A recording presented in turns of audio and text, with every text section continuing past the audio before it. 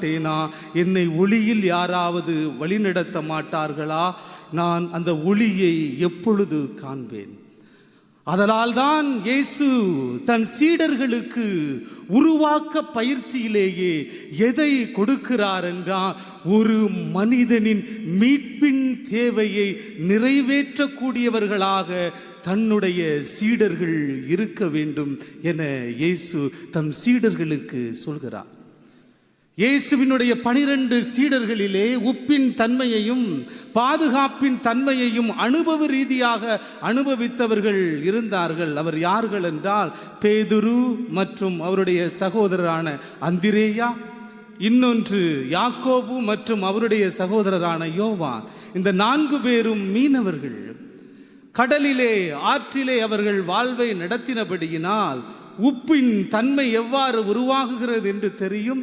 தான் பிடித்த மீன் எவ்வாறு அழுகி போகின்றது, அந்த அழிவிலிருந்து அந்த மீனை பாதுகாக்க வேண்டும் என்றால் எப்படி உப்போடு சேரும் பொழுது அந்த மீன் அழுகிய நிலையில் இருந்தாலும் அடுத்த பரிமாணம் அடைகிறது, அது கருவாடாக மாறுகிறது, பயன்படக்கூடிய நிலையில் மாறுகிறது. இதைத்தான் இயேசு தன் சீடர்களுக்கு சொல்லிக் கொடுக்கிறார். அழுகிய நிலையில், கைவிடப்பட்ட நிலையில், பாவ நிலையில் வாழ்கின்ற மனிதர்களை தேடி உப்பாக ஒளியாக தன் சீடர்களை அவர் பயணிக்க அழைக்கின்றார். இந்த பயணத்தில் எது தேவைப்படுகிறது? இது நம்முடைய அருளால், நம்முடைய ஆற்றலால், நம்முடைய சக்தியினால் இதை நாம் செய்துவிட முடியாது. ஏனெனில் நாம் முதலில் நம்மை மீட்க வேண்டும். அந்த மீட்பு தான் மற்றவர்களிடத்தில் வெளிப்படும். முதலில் சீடர்கள் இயேசுவினிடத்தில் தன்னை மீட்கக்கூடிய வழிகளை கண்டுகொண்டார்கள். தன்னை இன்று நமக்கும் கிறிஸ்தவ வாழ்வுக்கும் ஒப்பிட்டு பாருங்களே. நாம் நிறைய பாவம் செய்கிறோம். அதனால்தான் பாவத்தை கண்டால் பயப்படுகிறோம். இயேசு அந்த நிலைக்கு நம்மை அழைக்கவில்லை.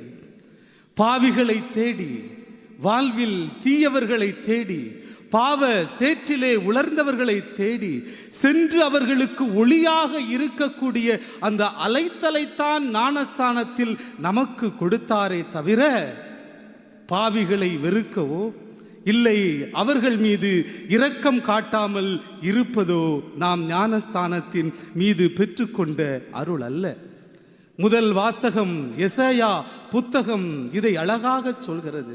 நீங்கள் உண்ணா நோன்பிருந்து மன்றாடுகிறீர்களே, உபவாசம் இருந்து மன்றாடுகிறீர்களே, இதுவா நான் விரும்புகிற நோன்பு? இதுவா நான் ஆசைப்படுகிற ஒன்று? நான் ஆசைப்படுகிற நோன்பு கம்பேஷன், இரக்கம் காட்டுதல். யார் மீது இரக்கம் காட்டுதல்? கடவுளுக்கும் மனிதனுக்கும் ஒரு மனிதன் துரோகம் செய்திருந்தாலும் அந்த மனிதனுக்கு உங்களுடைய தொடுதல் தேவைப்படுகிறது. இது அன்னை தெரசாவினுடைய